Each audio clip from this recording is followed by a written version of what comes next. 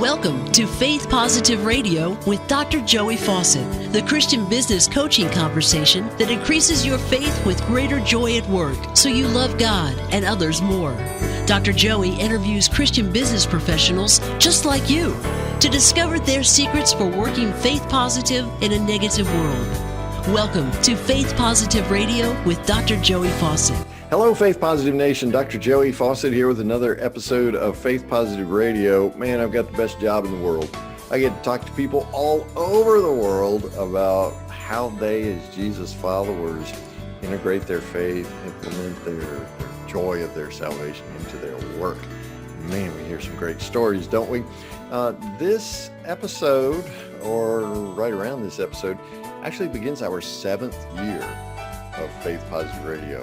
And I think if you do that in dog years, that's like 49 years. So, that's a pretty good while, right? And in podcast world, that might be like 70 years. So thank you to each and every one of you. If this is your very first episode, thanks for listening. Go back and pick up the previous 6 years.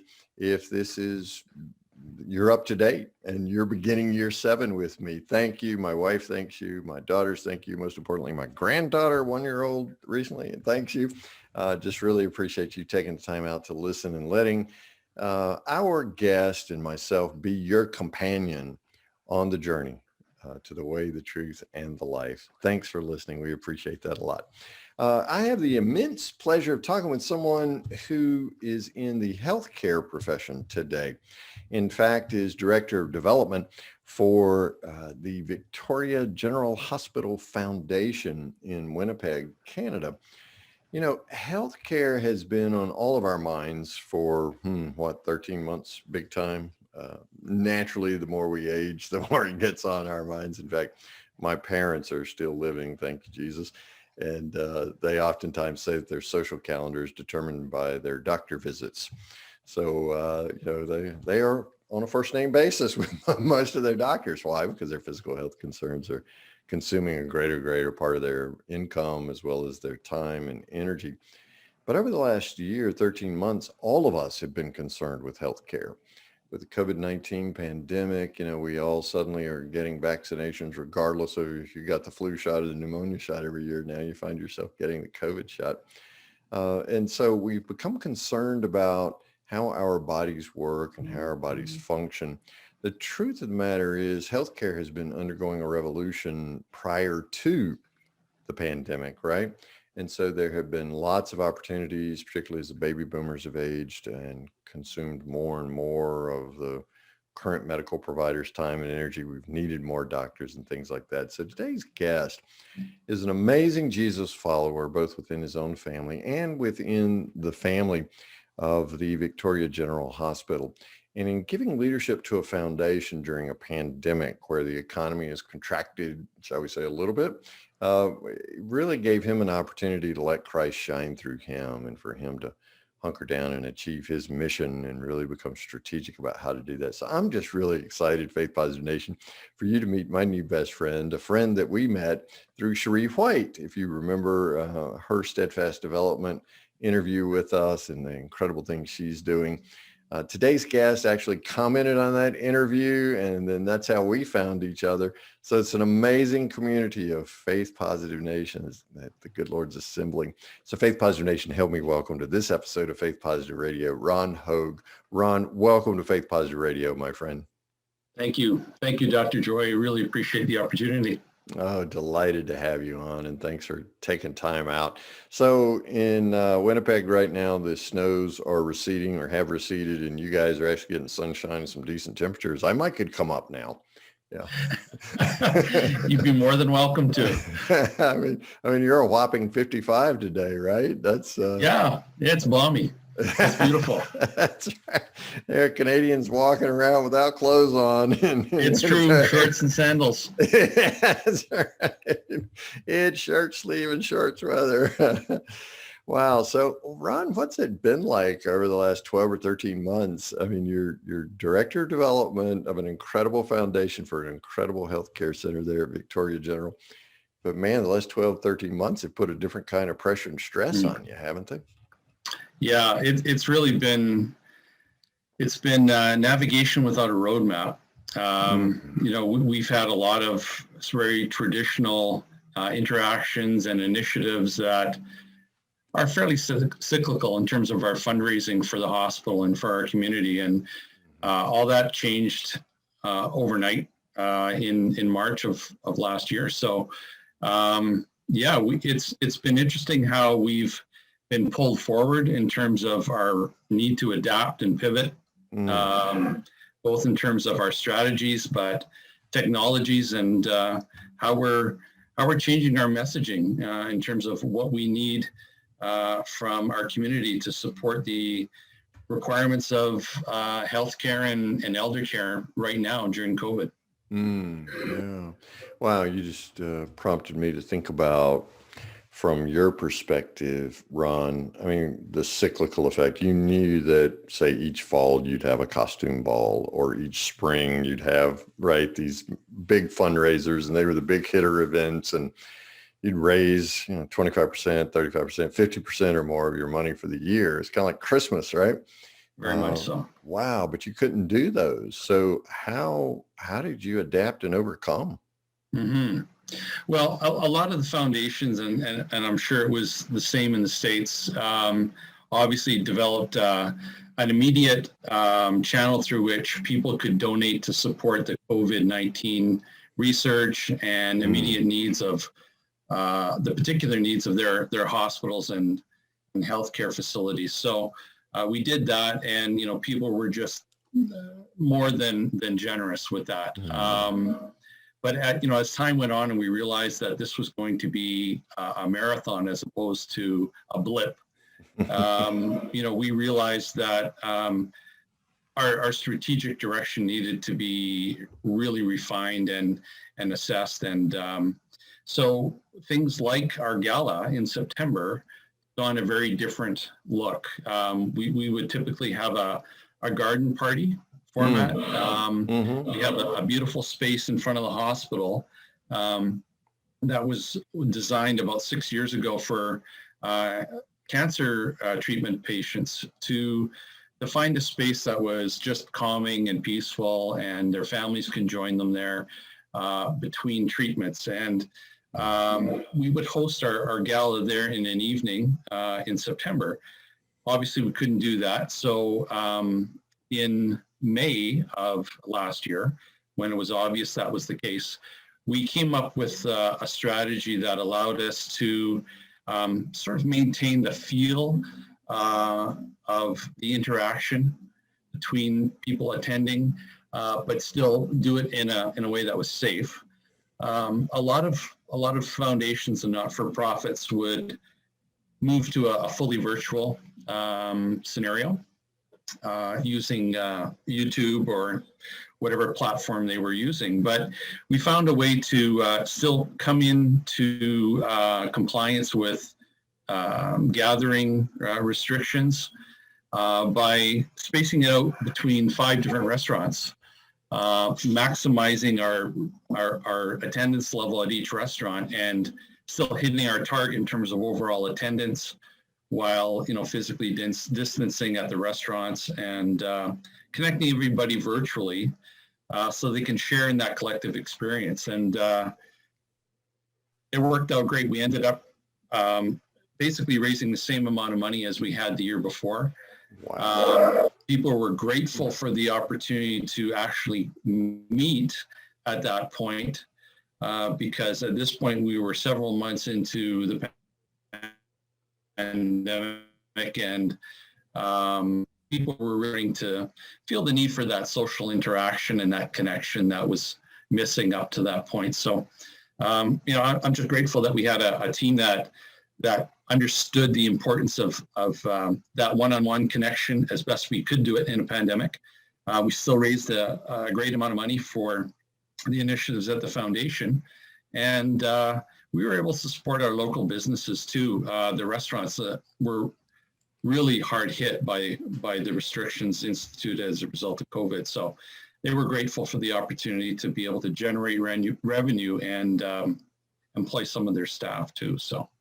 Oh, that's a brilliant idea. I absolutely love that. It reminds me, like on New Year's Eve, you'll have broadcasts from the East Coast here in the States. You'll have broadcasts from the East Coast, the West Coast. They'll show you footage filmed previously from Australia or something like that. So did you guys have big screens up and you were from this restaurant, that restaurant? Oh, dude, that's awesome. We'd throw to the restaurants and there'd be a host at each restaurant. And then we put everybody up together from each restaurant on a Zoom screen. And it was great. Everybody had a fantastic time. And, it was really important that we held the event because the monies that we raised through that event go to support mental health initiatives in our community. And as a result of COVID, the fallout has been significant in that area and will be for some time. So we were just very thankful that we were able to hold the event at all and still raise amount of money that was significant and not really realize any sort of a drop off there. So. Oh, wow. That is, boy, it couldn't have been more timely, right? Almost like the Father knew what you needed when you needed it, because those mental health issues have just become, unfortunately, a majority issue in the pandemic, at least here in the States. I read the other week where depression and anxiety prescriptions are up 30% or something like that, just due to all that. So thanks for doing that. How does your faith impact your work, Ron Hogue? I often reflect on that. I'm in a environment that is fundraising typically is dominated by female practitioners, and I'm the only guy in our shop. So I typically draw a lot of attention just because I'm the unicorn in our space, right? Yeah. So I always which feel of these that things belongs together. Which of these things? Yeah, exactly. I'm remembering Sesame Street here. And that's very true. That's very true. And so I feel anyway, quite outside the faith discussion, that the onus is on me to uphold my end of the bargain in terms of my gender and make sure that I'm putting my best foot forward all the time, because I'm definitely in the minority in that environment. So, I find that opportunities to share my faith naturally come up in donor discussions, more importantly. I find a lot of our donors obviously are compassionate people. I mean, that's why, they're philanthropic, they're passionate about the causes they support. And oftentimes I find that as we go through and sort of uncover the core reasons for their support for our facility or any other, it tends to turn to discussions about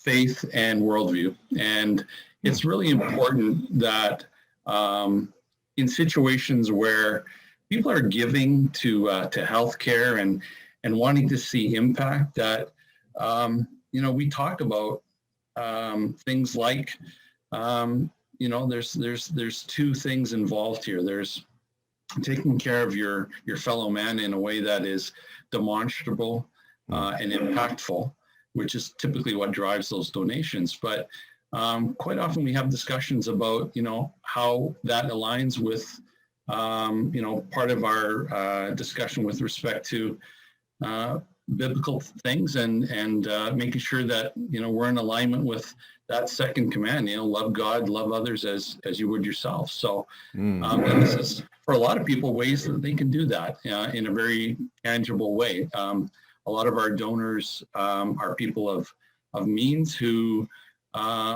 understand the importance of that and giving back. And quite often I find when we start having discussions like that, it leads to sort of worldview and faith-based discussion. So that's important to me. I mean, I come from a media background.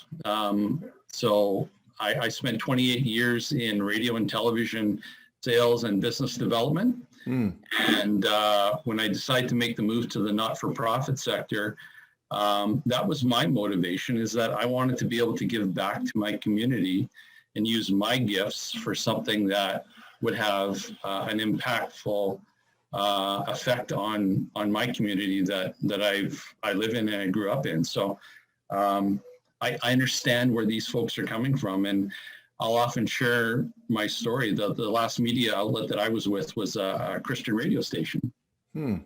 And I used that platform often as I saw it as kingdom work, connecting with some secular business people, but not always, but always people who had a heart for their community. And, all I'm doing here is basically taking that business development perspective into a not-for-profit environment and helping people facilitate the passion that they have for giving back. What have been some of the more interesting donor conversations you've had around faith, Ron? One of the ones that comes to mind when you ask that question right away is an elderly widow.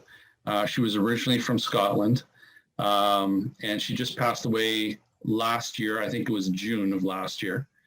And I'd probably visit her twice a year. We'd have tea. She was from Scotland, so it was always tea and shortbread that we used to have. No scones, huh? Shortbread. Yep.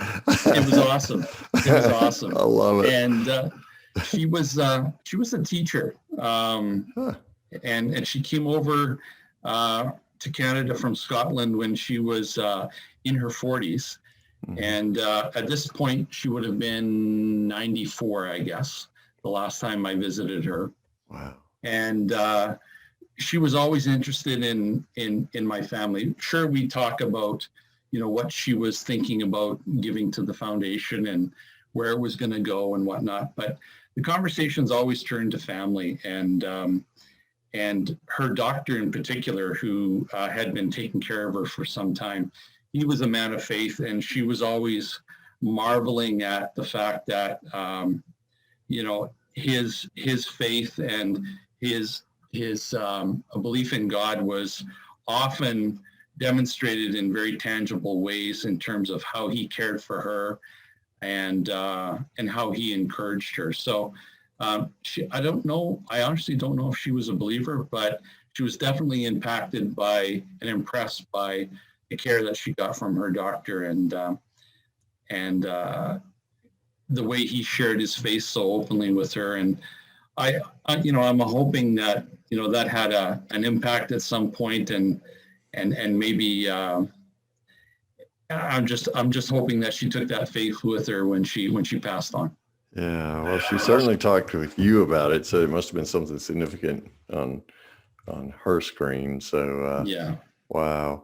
That must be an incredible part of your jobs, getting to visit with people who have this heart that they pour out into others with no expectation of return, and specifically, they give financially, they don't expect to receive financially, and, the kinds of things that drive capitalism, which is fine, but this is philanthropy. So what's it like for you to get to go into these people's homes or wherever they live and have these are meaningful conversations, right? They really are. I mean, a lot of these people, some people are everybody's motivated by a different reason for giving. And sure, some cases it's personal experience, or a family member who's had some specific treatment at the hospital that motivates them to want to give back. I'm always interested in the why. Why are they doing this? And those lead to personal stories that are just amazing. And much like you, when you have your conversations with guests, you uncover something that is just such a powerful story. And you look at that and you listen to it and you reflect on it. It always makes you think, well, what do I think about that? How do I feel about that? What's my take on it? And everybody has in these discussions about giving, something that is near and dear to them. And it's just such an honor to be able to facilitate someone's desire to help and assist that way. We're just a conduit, but it's connecting their passion for giving with something that is just the right fit for them. That's where my background in business development and sales comes in. It's just really a different kind of an arena. Mm-hmm. So, wow, you're bumping into Jesus a lot in these meaningful conversations, aren't you? It's wonderful. Yeah, it just keeps showing up. Yeah, wow, that's an incredible part of your story, and I love hearing about that. I think we could spend a couple hours with you regaling us with stories of bumping into Jesus, right? And just I call them God nod experiences that you've had. There got to be some challenges too. I mean, the pandemic over the last 13 months has challenged all of us. You gave us one story of a highly creative, innovative way of adapting and overcoming to do your gala. What have been some other challenges that you've experienced over the last 13 months particularly? Mm-hmm. I guess, we're supporting the hospital and the initiatives at the hospital, but we're also supporting mental health and elder care initiatives within our community. And I guess there's a lot of, especially during COVID, there's been a lot of demand on resources to address some of the things that have been coming up, or are maybe better put, being uncovered as a result of COVID. Inadequacies in the system, in the healthcare system, that have maybe failed to address some things that have lingered just a little too long unaddressed, and now are exposed and brought into the light as a result of COVID. So I guess our challenge is to make the decisions as to what it is we're going to be supporting. There's just so many options here. And how are we going to have the most impact, create the most impact with what we choose to support? So, I guess, there's any number of things that we could be doing. It's just deciding on what aligns with our mission in terms of our focus and our mandate, and making sure that, we're adequately undergirding our effort with internal processes that allow us to deliver it with excellence and hit the target and really for the benefit of our community. So, it's like I said, we were not that we were on autopilot, but it was pretty predictable in terms of our pattern of fundraising throughout a year. And now the target's a little less obvious, and it's moving. Target, You're hitting a moving target now instead of a static target, right? Because the pace of change has just been insane.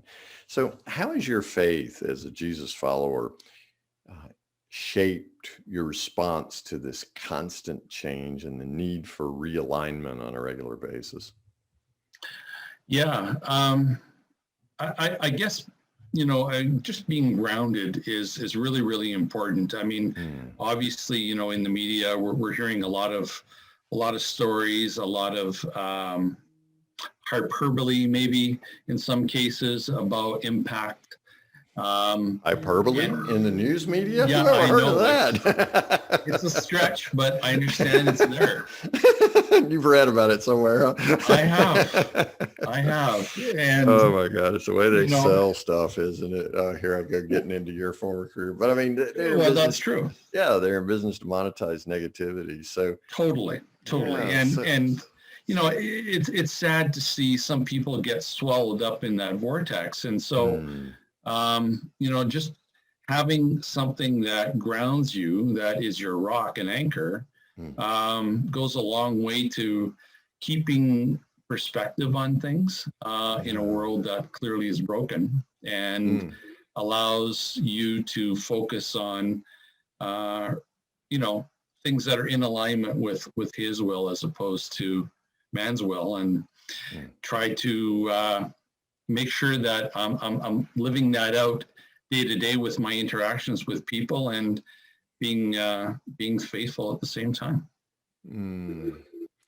Yeah, and I love that word grounded that you just used, because in the times of such rapid change where it seems like everything's coming unglued, I've heard it's just really important to be grounded. I've heard more people refer to themselves as a hot mess or a dumpster fire, other violent type metaphors, more in the last 13 months of my coaching than I have probably at any time in my career. So it's definitely helpful, as opposed to, as the scriptures say, but Paul tells the Ephesians, rather than getting tossed to and fro by every wind, right? It really helps to stay grounded. So what do you do, Ron Hogue? By the way, Ron Hogue is my guest today, Faith Positive Nation. He's Director of Development at the Victoria General Hospital in Winnipeg. What do you do to stay grounded? Well, I'm involved in my local church quite a bit. I'm on the board there. Cool. I get involved in serving in whatever way I can. Other than that, but personally, I spend a lot of time in devotional time in the morning.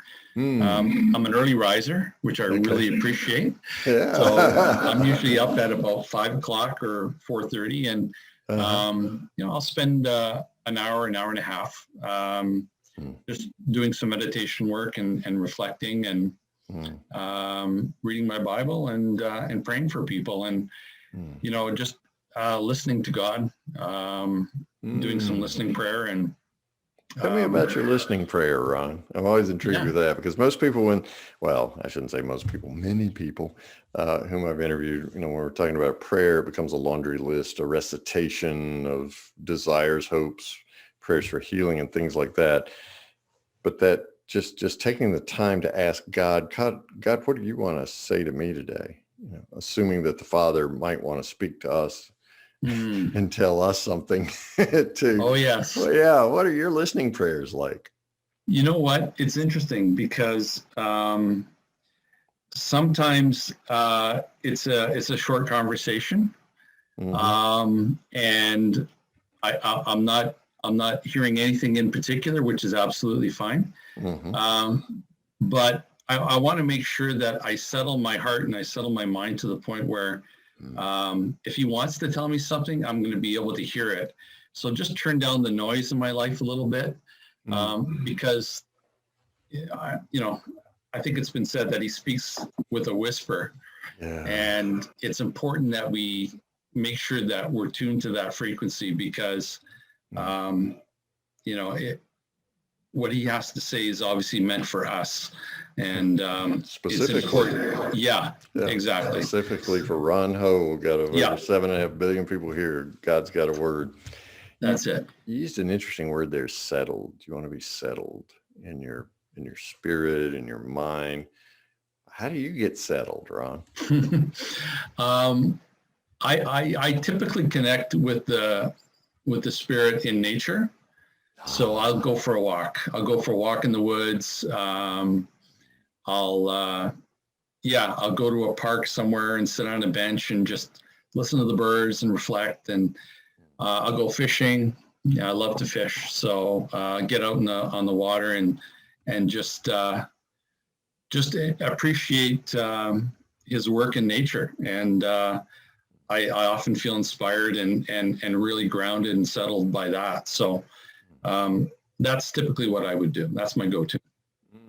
Ron, you're a man after my own heart. I live away from a lot of noise on a little 22-acre farm here in Virginia, and my yellow lab and I walk each morning, and I call it my prayer walk, and we walk a couple of miles, and that very thing of just settling into, even if it's, of course, in Virginia, if it's cold, it's cold. If it's, 20 degrees, it's nothing like where you live, but regardless of how cold or hot it is, I'm out there 5 days a week. And I don't know about you, but sometimes the birds, and it may be my own spirit, or I'm more settled or tuned into what God's doing that day, but it seems like the birds some mornings are putting on a symphony, Mm. and that just draws me in. Mm-hmm. Or a turkey gobbles, or I see white-tailed deer running or something like that. So Yeah. I think, God's creation is definitely one of the ways that I gather inspiration, but also, to your point, get settled in my spirit. And it just seems like I get peace from that. So I may not be ice fishing, but like you do, but I do enjoy the outdoors. So thanks for bringing that up. I absolutely love it.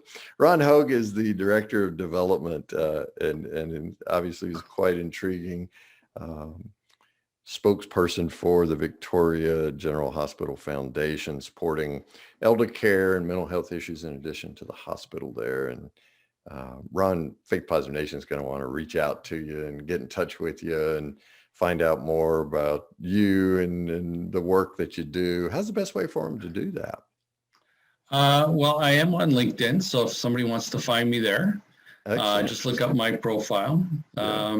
Or you can reach me at the foundation at rhogue, as Hogue, at vgh.mb.ca.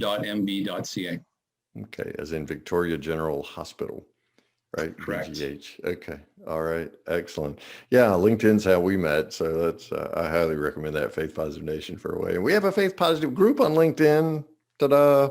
So you can meet Ron and some other excellent folks there in that space. Faith Positive Nation always wants to know, Ron, about a favorite Bible verse or Bible passage, something like that, from our guest. I think you've got one you said that shows up on your phone every day. Yep, yeah. Absolutely. What is it? I've got it logged in at noon, so that when I take my break, I always think and reflect on it.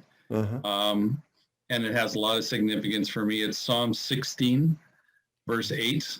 Okay. I know the Lord is always with me. I will not be shaken, for he is right beside me. Wow. Read that again, please. For sure.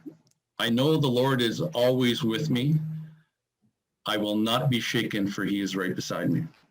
Man, why is that so important to you to see at noon each day, Ron? I went through a period in my life where I was suffering a lot of anxiety and depression, and I just dug real deep into my devotional time, as I said, in the morning. And one day, that was the passage that I landed on, and I realized that was the truth that I needed to focus on to get me through that season, and it did. So I never want to forget about that. Boy, that became like a Gilgal for you, huh? It was really important. Yeah, sweet. Ron, thanks so much for sharing with us today. Ron Hogue, Director of Development at Victoria General Hospital in Winnipeg. Give us that email address one more time. For sure. It's rhogue, Hogue, at vgh.mb.ca. All right, wonderful. Or you can find Ron Hogue on LinkedIn. Ron, thanks so much for the gift of your time and wisdom, for sharing how Christ is with you and how you as a Jesus follower are integrating your faith into your workplace. I pray God's blessings on you, your amazing wife, and those incredible 5 children. Thanks so much for your time today, Ron. Awesome. Dr. Joy, thank you. Thanks for listening to Faith Positive Radio, the Christian business coaching conversation that increases your faith with greater joy at work, so you love God and others more. Suggest guests and ask questions when you email Dr. Joey at info@getpositive.today. And be sure to get your free gift of the 5 positive business conversations to have today coaching program at getpositive.today. Until next time, may God bless you with everything your heart can hope for and more than your mind can imagine.